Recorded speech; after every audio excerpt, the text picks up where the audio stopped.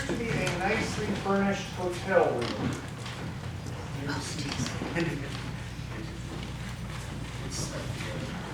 There you go. What is this place? It's one of the finest hotels in the city. You'll like it. You've nothing to worry about. A hotel? You mean a black jail? A detention center where they take dissidents? You'll be safe here. Safe from what?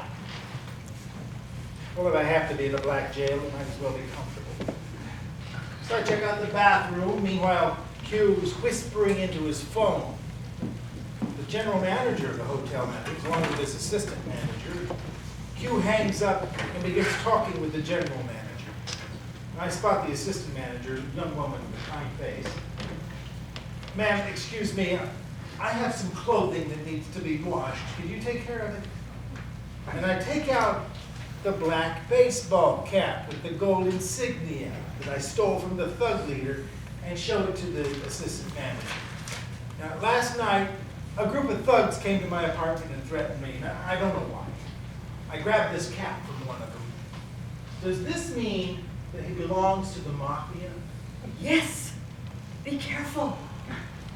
Don't say more. I will speak with you later. What hotel is this? The Zhou Chujing. Be careful. Don't you have any work to do downstairs?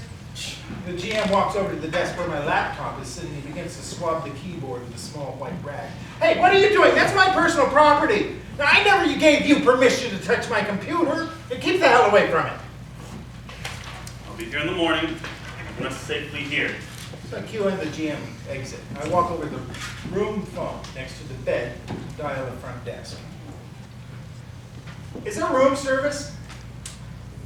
What about a mini bar? I see. Well, that sucks. Charming hotel. I hang up the phone and walk over to the desk where my laptop is sitting and I try the keys. Frozen. God damn Q. So that's what he and the GM are up to. So I walk over to the bed, take off my shoes, and lie down. Goddamn Q. The next morning, I wake up after a full night's sleep. My first in a week. My shoes are off, but I'm still fully clothed. And I try my computer, still locked. So I put my shoes on and go down to the lobby. Blackout. Lights up. I notice two of the thugs lurking near the front exit as the assistant manager greets me.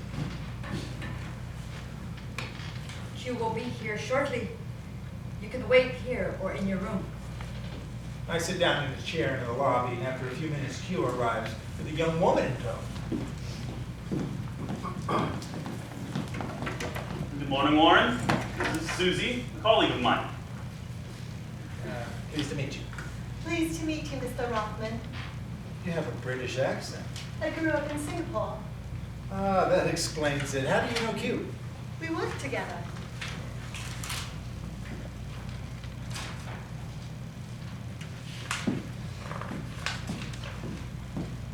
I noticed. Mr. Rothman, you have a call from San Francisco. The man says his name is Fred. Oh, Fred! Fred, thank God it's you! I have no idea why he would say that. No, I'm not the one who trashed the apartment. I wish I could tell you what's going on. Look, I really can't speak now. I'll call you back as soon as I can. I promise. Yes. Me too. Bye. Didn't like what the doctor had to say yesterday, so I found another insomnia doctor for you. This one is Chinese. But I never asked you to find a doctor for me. I don't need a doctor. What have you to lose? You say you haven't slept in 2 weeks. Aren't you worried? I don't want to seem ungrateful, Q, but I didn't ask for your help. I would just like to go back to my apartment and back to my normal life. The apartment management said they will not let you back. Anyway, this doctor might be able to give you some herbal medicine to help you sleep. Now, who told you that about the apartment? The building guards. What reason did they give you? I don't know. The mess in the apartment, those thugs you talked about. A lot of commotion, I guess. What the hell? As you say, what do I have to lose? So Susie hails a cab. 3 of us get in. Look, If this other doctor is gonna try to get me to check into some mental hospital, forget it. Relax. Does traditional Chinese medicine. Blackout. Lights up. The cab arrives at a run-down complex in a bleak district I've never seen before. At the door, I see a man in a white lab coat, Chinese, Coke bottle glasses, very serious, along with the thugs. He escorts me and the others into this cramped, seedy office. Mr. Rothman, I'm Dr. W. The doctor, if that's what he is, gives me the 360 and then takes out a small notebook, begins to scribble furiously. And after a minute, he starts speaking to me in atrocious Mandarin. So, recently you've had trouble sleeping. You had terrible insomnia, correct? I've had some insomnia lately, yes, but last night I had a full night's sleep. I think I'm okay. What? Do you think it's okay now? You said you think that some people are pursuing you. Is that what he told you? I don't know, maybe, it's not clear. But some people went to your home, banged on your door, bothered you, threatened you, correct? Perhaps there was a misunderstanding. Oh, they must have been looking for somebody else. In any event, it's not a problem anymore. So you think that your former landlady hates you? I just told the doctor what you told me yesterday about your former landlady and what you told Dr. O. And you now need a safe place where you can rest. Now as I said, insomnia is no longer a problem for me. I feel much better. I just want to return to my apartment. Warren, the apartment is no longer safe. Even if it were, the management wouldn't allow it. The doctor says that he has a safe place. Yeah, you said that before, but I'd like to go back to my place and give my side of the story and try to figure out what's going on. I'd be thrown out of my apartment without a hearing. Look, we're here now, so you might as well take a look at this place. We need somewhere safe to stay for the time being. The room is not quite ready for guests. We need to wait a few minutes, but you can have a look. What about the hotel? I'll explain later. What about traditional medicine and herbs-free insomnia? In the room, Dr. W will bring them. The doctor points down a corridor outside his front door. Q and Susie begin walking down the hallway while the doctor, smiling all the time, signals for me to follow. And the corridor becomes darker and darker until it becomes almost black. And at last we come to an open door to what looks like a small shipping container or a large porta potty with a metal camp bed in it, nothing else. Suddenly, Q throws his arms around me and bursts into tears. And I rip his arms away, but he tries to pull me into the room. And I slam him against the wall of the corridor, push past Susie, and make my way back to the front of the building. The others follow me. What's the matter? You don't like the room? Leave me alone! I am going to the U.S. consulate. Stay away from me! Okay, fine. I'll take you there. The three of them pile into a cab. Q whispers something to the cab driver, and they head off. Blackout. Lights up. Q, isn't the consulate in Jing'an? This is a branch office right near Jing'an. Well, the cab stops in front of a huge gate made up of two green steel doors, 10 feet high, topped with razor wire, that meet in the middle. There's no consulate placard nor any sign to indicate what's behind the doors. On either side of the gate stands a guard with a rifle, standing at attention, bayonet fixed. I jump out of the cab and run up to the door. Is this the U.S. Consulate General? The guard glances at Q, who has come up behind Warren. I am a U.S. citizen. I must go inside and meet with an American official who knows me, Mr. Garfield. He knows my situation. I spoke with him the day before yesterday, so please help me call him. The guard motions Warren to move back to the curb. Now, what kind of consulate is this? No waiting booth outside, no telephone? And why do they have those guards? Maybe Q knows. A man emerges from a small door on the right side of the gate. He exchanges a few words with Q, and then comes up to me. Hands me a business card. What can I do for you? My name is Warren Rothman. I'm an American lawyer working here in Shanghai. Now, I talked to Mr. Garfield yesterday about a problem I was having with my ID. Now, it's very important that I talk to him. The matter has gotten more serious. Do you have a passport? No, I'm sorry, but it's back at the hotel. Any other identification? None that I have with me.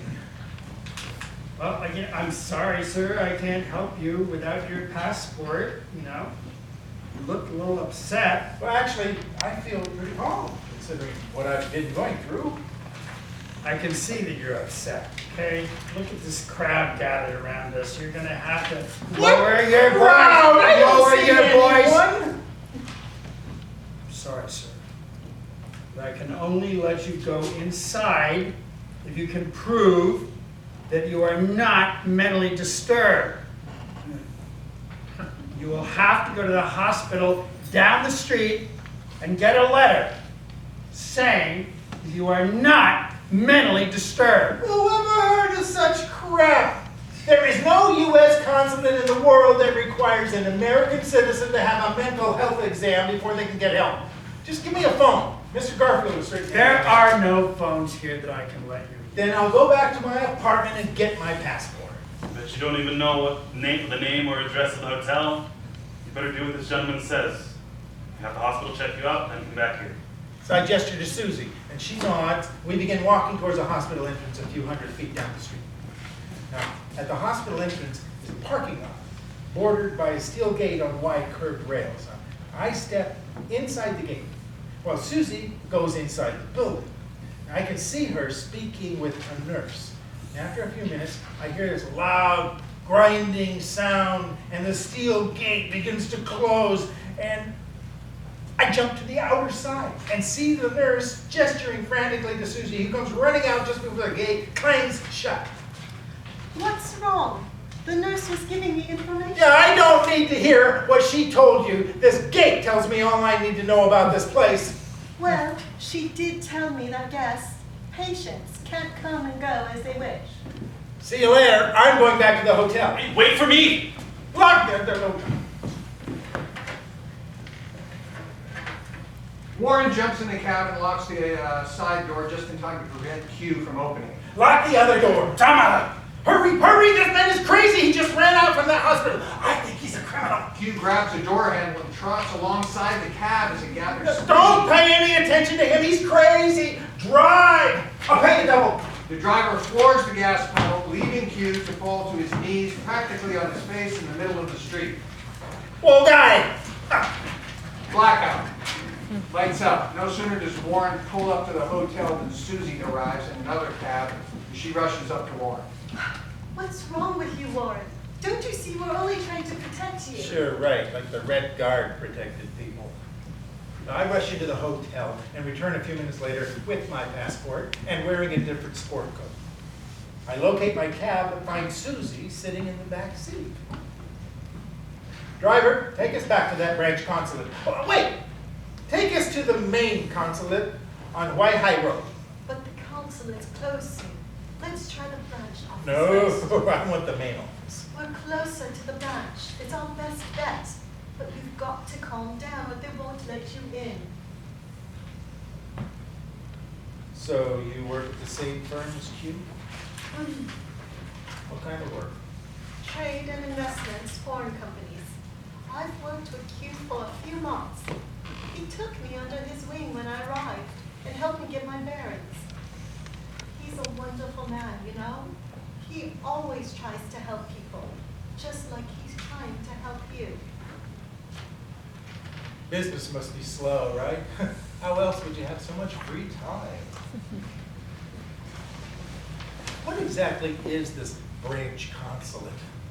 I never saw one that didn't have a sign outside telling you what it is and listing the office hours. Oh, I think they just moved in there. Guards holding rifles and bayonets. Look, you can be honest with me. What are you and Q trying to protect you from? Q said that you are in danger. That's all he told me. What kind of danger? I have no idea. No idea?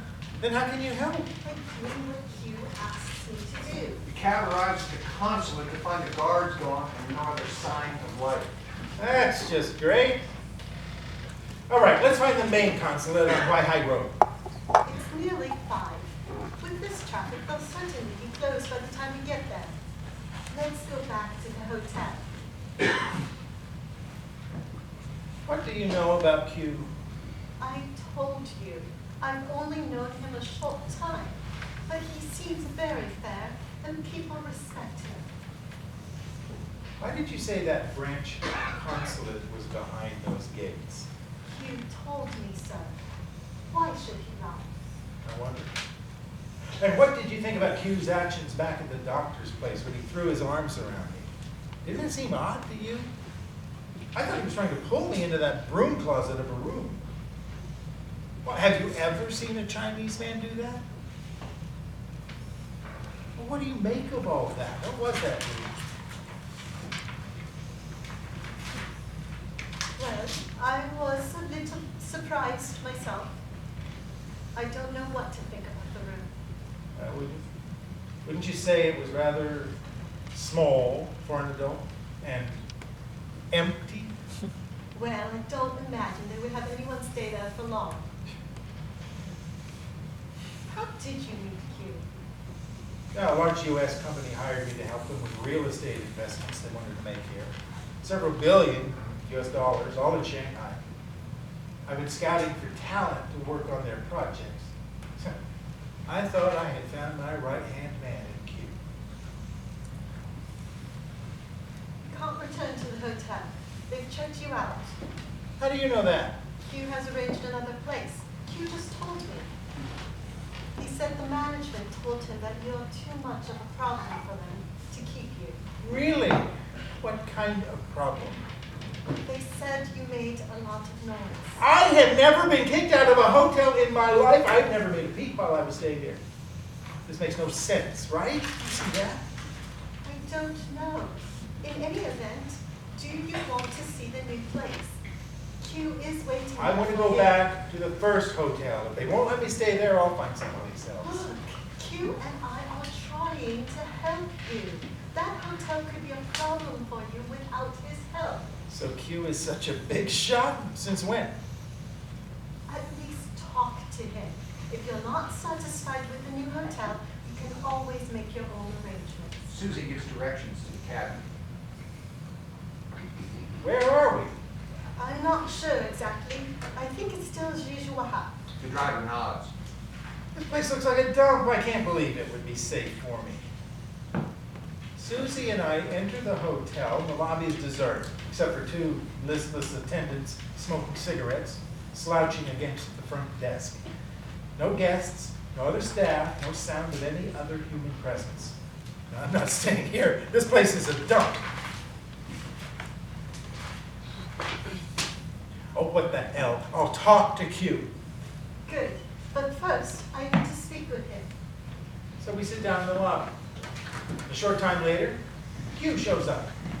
Susie goes up to him, whispers something in his ear, and then before Q can say anything, I walk up to him with a smile on my face, grab his left arm with my right hand, and slam it as hard out as I can, over and over. He lets out some loud grunts, but no words as he breaks away and presses his face against the wall, shielding it with his hand.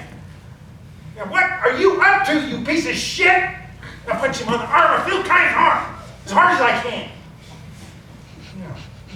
You want to tell me what's going on? What was that so-called branch consulate? That was no consulate. What was it?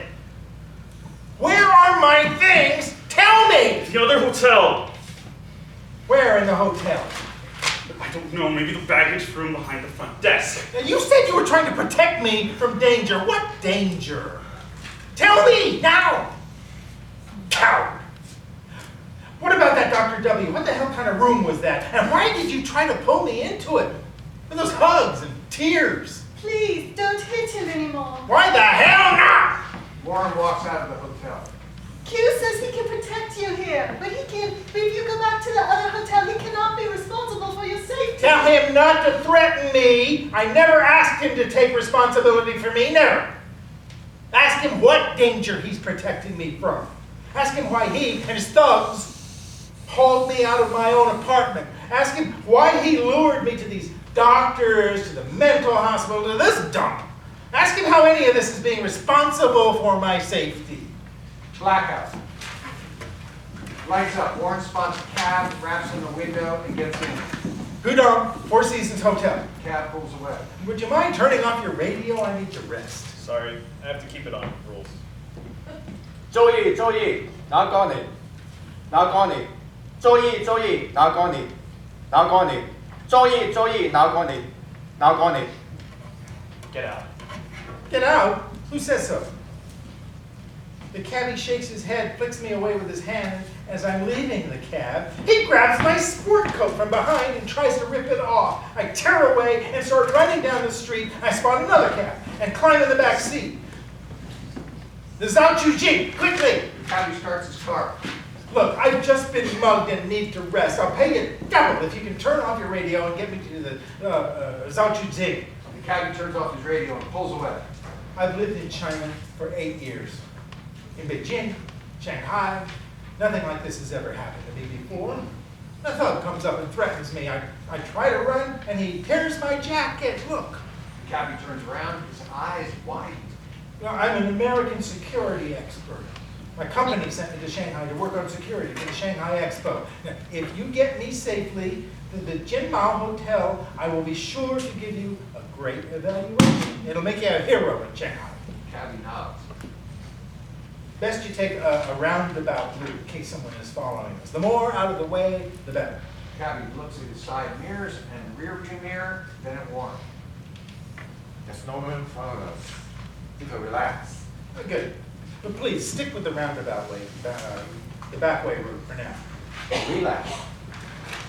Cab arrives at the hotel, and I walk into the lobby and pick up a phone. As I'm waiting for someone to pick up, two thugs enter the lobby, they grab me and steer me out the front door and into a waiting van. But I gotta get money to pay my cab driver! Blackout. Lights out. The van pulls up in front of a large squat building with a tower attached to it, and they pull me from the van and walk me into the building down a passageway and into a room with several rows of steel chairs. And the room is dark except for a small circle of lights at the center of the ceiling. And the men leave. And after a few minutes, I get up and walk to the double door, which is unlocked. I head out into the hallway towards a large fan-shaped lobby, on the right side of which are tall windows and a row of steel chairs in front of them. On the left, 3 or 4 windows that look like tellers' windows in a bank. And suddenly, the lobby doors open and several people stream into the lobby and line up in front of the windows. I exit the building and am immediately confronted by the same guards who form a semicircle around me. I leap out and strike one of the guards. And the others subdue me and drag me back into the lobby into one of the metal chairs, and then I remove all my clothes. Don't ask me why. I have no idea. Long live Chairman Mao! Long live Chairman Mao! Long live the great Communist Party! One of the guards throws a sheet over me, while the people in the lobby stare at me and chatter amongst themselves. And as I'm standing there naked, except for the sheet, I'm suddenly pulled from the chair by both arms and dragged through the lobby, 2 of the toughs with their hands on my upper arms and wrists, 2 pushing at my waist and kicking at my feet, and legs dangling behind me. On the other side of the lobby, a group of bystanders are staring, expressionless, at me. And as I try to break free, I see in front of me a cross constructed with white lattice work of the sort one might see in a garden. The toughs picked me up by all 4 limbs and slammed me down into a chair in front of the cross. And 2 of them pulled my arms out at right angles to my body, fully extended, while the other 2 lashed my wrists tightly to the horizontal bar of the cross, leaving my head hanging down to my chest. And the smallest of the toughs, the one I had struck in the scuffle before, grabs my hair and pulls my head up, while another yanks open my mouth, and the small tough uses his other hand to jam ashes down my throat. And he smiles at me as if he's gently feeding me honey. And then he slugs me in the stomach with a loud ha! And the toughs roar with laughter as I cough and squeeze uncontrollably. A nurse walks by, rolls her eyes. Turning my head to the left, I see a short, slender, kindly-looking guard with a sad face, and the guard is shaking his head from side to side, apparently in disapproval of how I'm being treated.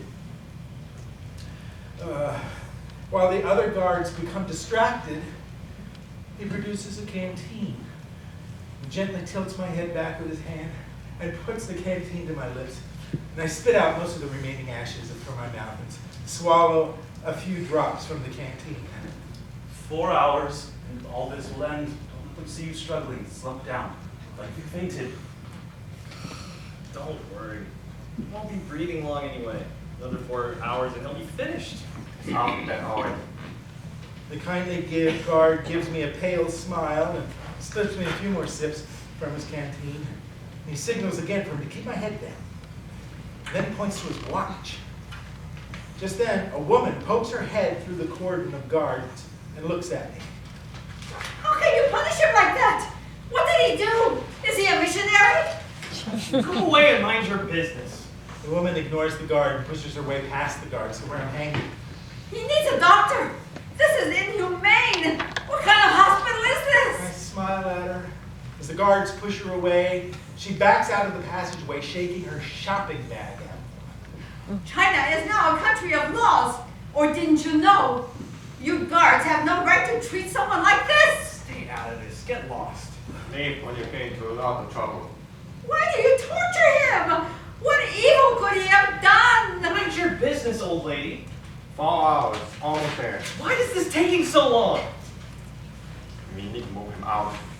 One guard grabs my legs while the other unties my hands from the cross, wraps the sheet around me, and then ties a long, coarse rope around both of my hands and pulls me to my feet, holding me by my elbows.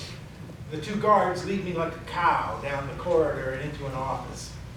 A woman in a nurse's uniform comes over to me and points a pad of Post-it notes and a pen. She tells me to write down notes. She takes me to a window at one end of the corridor, opens it, and points to a balcony on the floor below.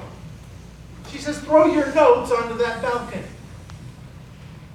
Well, I tried to write, but my hands are too cramped, and I eventually give up, just throw a fistful of blank Post-its out the window and onto the balcony. People are walking up and down the corridor. A middle-aged woman with a broad face and thick, scraggly, graying hair walks by, semi-deranged, shaking her head, some internal conversation. Suddenly, through what seem like loudspeakers on the wall, I hear a familiar piece of music. Wagner's Ride of the Valkyries. The woman comes toward me. Wagner? Wagner! You know Wagner! Blackout. Lights up later that night.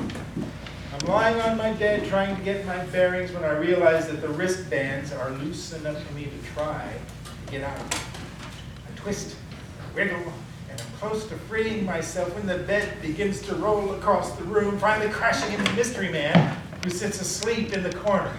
He wakens, startled, then rises, and immediately resecures my wristbands. Why am I here?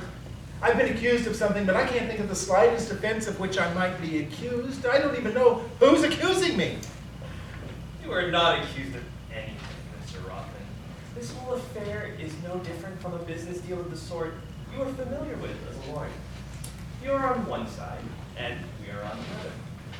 We both want a satisfactory outcome. Just stick to the rules of the game. You'll come out fine. It's easy for you to say. You're not the one who's had ashes jammed into your mouth. You're not the one who's strapped onto this infernal slab. I don't want to play out some kind of sick game. I just want out of here. Keep calm, Mr. Rothman, no matter how much it seems to counter to good sense. Try to accept that you are now in a state of equilibrium, and that if you try to change something, it will only cut the ground from under your feet, and you will fall. While the vast organism, this bureaucratic nightmare that you find yourself in, easily compensates for the minor disturbance you have caused. Everything is interconnected and remains unchanged. If anything, if you try to change it, which is likely, it will become even more resolute, more vigilant, more severe, more malicious. And if I choose to try to change it? Then you will suffer, Mr. Rothman, perhaps from the machine. You've heard of the machine. Should I have? Can it be so frightening? more than you can imagine, Mr. Roth. It is an instrument of the devil. The pain, I'm told, is quite exquisite. You're playing with me, right? What if I am, Mr. Rothman? What if a fate more diabolical awaits you? I would advise you that in a fight between you and the world, you would do well to back the world. Simply wait. Be quiet. Still. The world will freely offer it. But I tell you, I'm not guilty. There's been a mistake. I should not be here. That may be true, Mr. Rothman. That is how the guilty speak. Your logic may be sound. I'm sure you think you're innocent. But it cannot withstand the simple reality that you are here, and therefore, you must be guilty. And why don't you just kill him? Ah, but then I would be a simple murderer, don't you see? But I would rather die. Exactly, Mr. Roth. You would rather. Blackout. Lights up. A few days pass. My wristband's been removed. Every so often, a nurse arrives to check my vital signs and force me to take more pills. She offers a little water, pieces of oily fish, which I refuse to eat. Various doctors come and go. Eventually, I'm offered some food I can tolerate. As night approaches and lights dim, I begin to hallucinate. I see my sister, Anne, enter the room. Anne? Hello, Warren. What are you doing in Shanghai? Did Frederick come with you? Yes, he's on his way up. We told you about the award that he'll be receiving tonight. The limo's waiting downstairs, so you need to get your tuxedo right away. Chop, chop. Frederick! So good to see you, Warren. Oh, God. You look terrible. What did they put in all? Are you sure that you can fit into your tuxedo? You know, this is a big night for me. This is a gala. We have less than an hour. Come on, you've got to